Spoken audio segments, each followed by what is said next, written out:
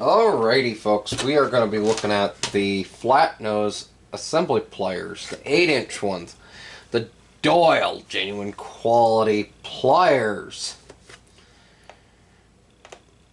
with crosshatch teeth for superior grip and strength. Okay,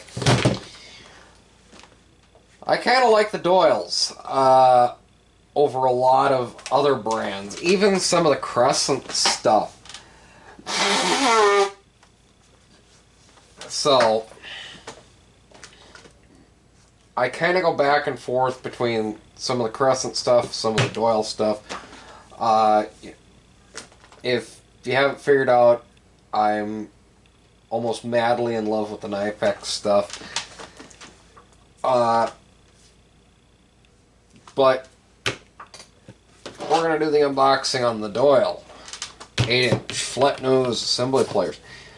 And then we're going to look at a few pliers I have that, are similar to these and, of the same brand.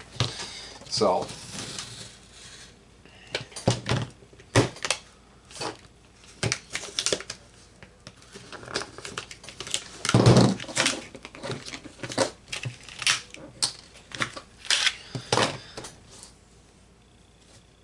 and you can right away tell from the inside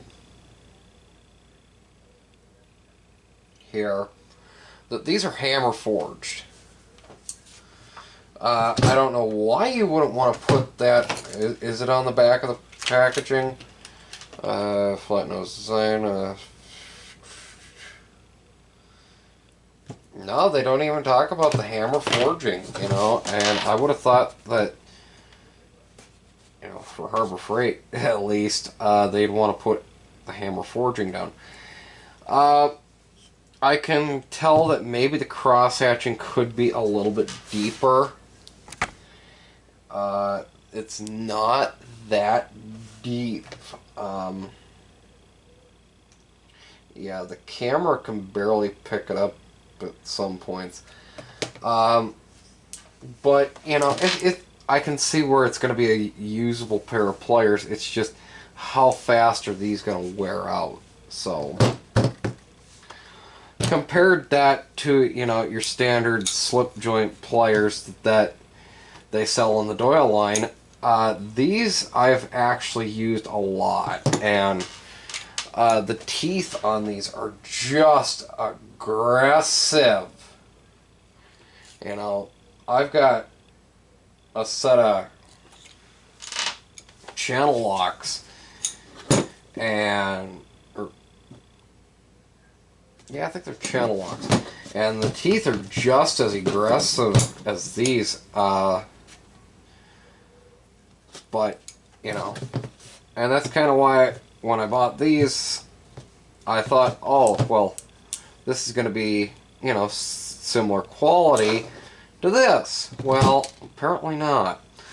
I do have the lineman's pliers. I forgot those, so. But I also have these Mac tool pliers that have the crosshatch pattern here at the ends. Now, if you notice, and this has been cleaned up, folks, that these have a lot deeper crosshatch than these.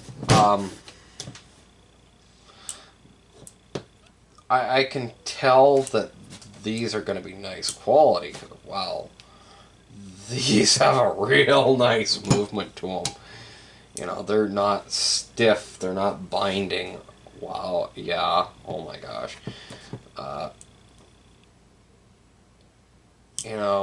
They got a little bit of bind, but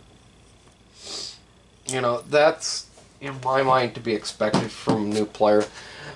Unlike when you get a new pair of pliers and you gotta go like this to get it open, and then you gotta really ram it shut. No, these ones actually have really nice. I mean, they open on their own if you flick it. So these are actually really nice. I can tell, where you're paying for you know, that little bit of better quality. And yeah, I don't understand why they wouldn't talk about the hammer forging in the marketing, because I mean, this is like, this is clearly hammer forgings. This is not, you know, just a chaos piece.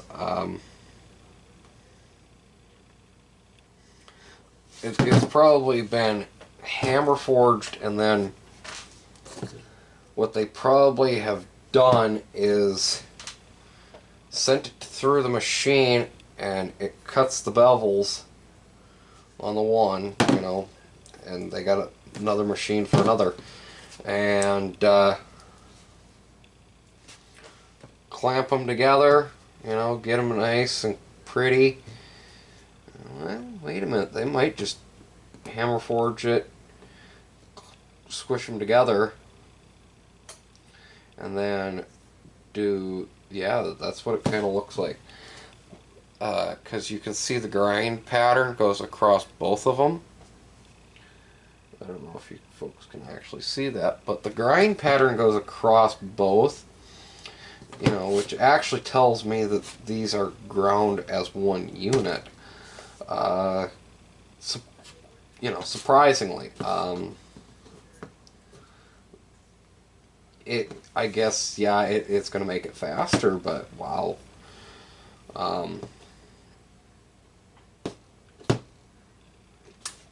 I don't.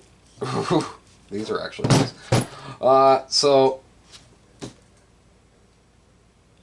realistically, on first initial impressions, wow, I'm actually surprised. So, like I said, the cross hatching could be a little bit better. I would also have liked to see it more further down towards the back end of the pliers as well. Other than that, I really don't have bad things to say on initial unboxing on these. So we'll be playing with those here soon. And look for the Knipex video. I don't know which one I'm going to put out first, but I'm going to put out Knipex video. I'll probably put the Knipex out first, but you'll know that when you see it. So, thanks for watching. We'll see you on the next one.